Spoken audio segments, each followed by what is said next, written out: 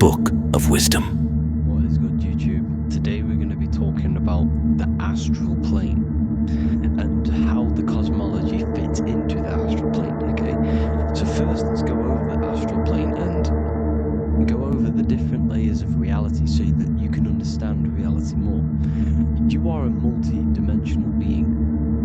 You are not in these, you are in all of these realities at the same time. They all interweave into one big reality. But there are different planes, they are different vibrational dimensions, there are different dimensions of reality.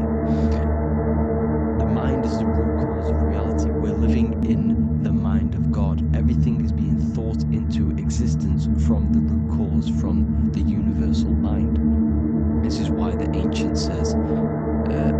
Egyptians said, all is mind. We're living in the mind of God. And we are a microcosm of this mind. This is why we all have the same mind. This mind is the world of thoughts. Now, this world of thoughts is just the thought alone. For example, it is the thought of a chair. But then when you start to imagine this chair and you start to mentally see the chair, you're now manifesting the thought, the singular thought, into some sort of form. So now you're imagining the chair. You're imagining the form of this chair, which is then manifesting into the astral plane. The astral plane is the world of thought forms manifesting. So when you are imagining something, you are seeing into the astral plane. Okay? Your third eye, it is an eye because it sees the astral plane. It is seeing the other side through imagination, through dreaming. We'll go over dreaming later. So, thought of a chair is a singular thought. The imagination of the chair is the manifestation of the chair. And in the astral plane, it's basically the world of all the chairs that could ever exist. So you're thinking of the chair as a singular thought, which is the mental plane. The astral plane is the imagination of that chair, is the thought, the manifestation of it. Depending on the vibrational state of the thought will depend what level of the astral plane it will go to. For example, if you're thinking about a chair to torture someone on it, it's going to go on the lower astral plane. Or if you're thinking and imagining happy things, it's going to go to the higher astral plane. So wherever your mindset is, that we call it a mindset because your mind is setting frequencies to certain things. Thoughts are frequencies. And a mindset is setting your frequency. Setting your mind to a certain frequency. So when you set your mind to a certain frequency and you imagine something in that frequency, you're going to match everything in the astral plane that are on that similar frequency, just like you would in the physical world. Because we're all in these worlds right now as we speak, but we can't see them with the two physical eyes. We can feel it though.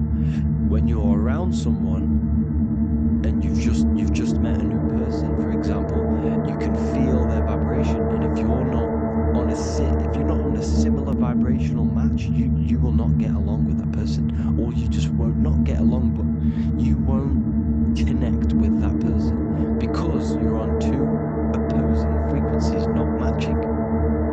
And this is something you can't see, you can only feel, because it's the astral plane. It exists within the astral plane. Everything in the astral plane is made out of vibrations. So if you do astral project, and you already know how to astral project, you will see beings and people and things that are on the same frequency as you. This is why before you astral project, you need to sort your vibration out before you astral project, because you are projecting your consciousness into this. It's the mind. The mind is the bridge. It can move between realities. You are a observer.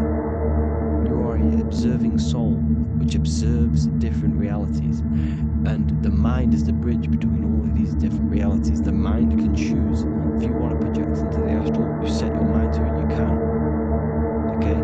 So, let's not get off track. The lower astral plane is where demons are. The higher astral plane is where heavenly beings are. Heaven and hell are kind of a real thing. The etheric plane is a powerful substance. The ether, the fifth element that they don't tell us about.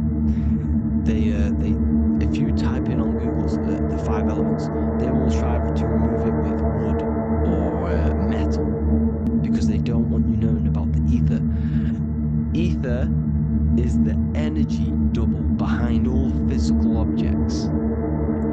So the ether is very important. It is the 5th element. It is part of the physical world, but it's also part of the astral world. It is on either side. You see how they're showing you the truth in the language? Ether and either are the same word. The ether has 1 foot in the astral and 1 foot in the physical world. It's a substance that connects the physical to the astral world. It is the either. It's on either side of reality. It's on the other side. Other, either, same word.